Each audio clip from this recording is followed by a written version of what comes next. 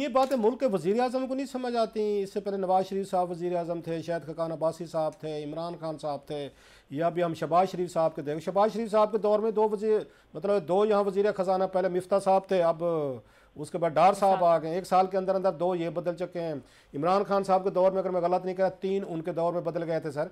तो ये बातें इनको नहीं समझ आती, जानबूझ के ये करते हैं। हम जानबूझ के छेड़ते हैं नोइंगली कि हमें पता है कि हमने IMF के पास जाना है और ये चीज़ें हमने करनी है, लोगों को बेवकूफ़ बनाने के लिए, कि वक्ती तौर पर पोलिटिकल अपना माइलेज लेने के लिए, बेनिफिट लेने के लिए मुल्क को इतने बड़े डिजास्टर का शिकार करते हैं कि जब IMF उससे वाकआउट करते हैं डील से, आपको रुपीज़ तबाह बर्बादी, इंपोर्ट के मसले, एक्सपोर्ट के प्रॉब्लम, पूरी दुनिया हमसे आके हाथ खींच लेती। तो क्यों करते हैं ये अपने को सुपर पेट्रियाटिक भी कहते हैं सारे साथ। इसका मेरे पास कोई जवाब नहीं है।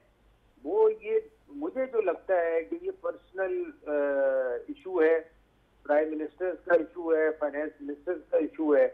मुझे याद है जब ये इमरान खान साहब के जब ये चल रहा था प्रोग्राम और ये प्रोग्राम से निकल गए थे, तो शौकत तरीन साहब ने हमें आके ब्रीफिंग की थी और उन्होंने यही कहा था कि मेरे लिए इस वक्त सबसे बड़ा चैलेंज ये है कि मैं IMF प्रोग्राम को कंटिन्यू करूं।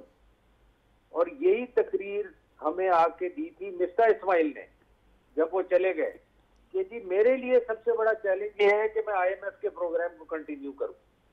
तो अगर यही चीजें हमने करनी है और हर फाइनेंस मिनिस्टर को ये पता है कि मैंने ये प्रोग्राम कंटिन्यू करना है, तो क्या जरूरत है हमें इसको डिस्टर्ब करने की, इंस्टेबिलिटी मुल्क में लाने की। और ये देखें, ये इसीलिए वो चार्टर ऑफ इसकी बात, इकोनॉमिक चार्टर की, इकोनॉमी की इसलिए बात करते हैं कि ये चीजें खत्म होनी चाहिए। जब तक ये चीजें इस तरीके से चलती रहेंगी, पाकिस्तान इकोनॉमिकली कभी स्टेबल नहीं होगा। ये बात की शौकत तरीन साहब की, कि उन्होंने भी आके आपकी कमेटी को ये ब्रीफ किया था कि मेरा सबसे बड़ा चैलेंज जो है इसको कंटिन्यू कर रहे हैं IMF का। और बाद में हमने देखा जब उनकी हुकूमत चेंज, मैं ज़रा पेट्रियाटिज्म पे आ रहा हूँ सर, हुब्बुल वतनी पे आ रहा हूँ, कि हमारी सिंसेरिटी ज़रा मुलाजा फरमाइएगा। आपको जब वो खुद थे ये वज़ीर ख़जाना, तो उन्होंने ये बात की आपको कि मेरे लिए कितना ज़रूरी है इसको कंटिन्यू करना डिस्पाइट चैलेंजेस। जब वो खुद हट गए, रजीम चेंज हो गया, तो बाद में उनके टेलीफोन टैपिंग सामने आई उन्हीं शौकत तरीन साहब की, कि मोहसिन लगारी साहब को कह रहे हैं, उधर वहाँ सलीम झगड़ा साहब को कह रहे हैं कि जनाब आप इस तरह के लेटर लिखें, चीज़ें लिखें कि IMF से मुआहदा ना हो सके। ये इतना बड़ा सीनियर आदमी, बैंकर, जो मुल्क के 2 दफ़ा 3 दफ़ा वज़ीर ख़जाना रहे हैं, सेनेटर्स रहे हैं, इकॉनमी को दावा करते हैं, अगर उनकी ये हालत है कि जब खुद फाइनेंस मिनिस्टर हैं तो वो लाइन कुछ और ले लें, मैं नहीं रहा वज़ीर ख़जाना तो इसके बाद मुल्क डूबे, खुदा ना खासा, रियासत तबाह बर्बाद, लोग कहीं पे खाना जंगी हो जाए, कुछ हो जाए, डैम केयर, इस पे क्या कहेंगे सर? ये तो बड़े मतलब अच्छे खासे सेंसिबल बंदे थे।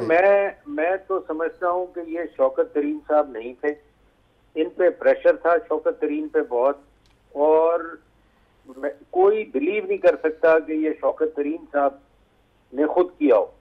और मैं समझता हूँ उन पे सियासी प्रेशर इतना था कि उनको ये करना पड़ा और उनके पास कोई चॉइस नहीं थी। नहीं तो मैं पर्सनली जानता हूँ शौकत तरीन साहब को, मैंने उनके साथ काम भी किया है। वो कभी भी इस किस्म की एंटी पाकिस्तान बात वो नहीं कर सकते थे, मगर आई डोंट नो उन पे किस किस्म का प्रेशर था, कहाँ से था कि उनको उन्होंने ये बात की। और मैं समझता हूँ कि ये बहुत ही गलत बात है।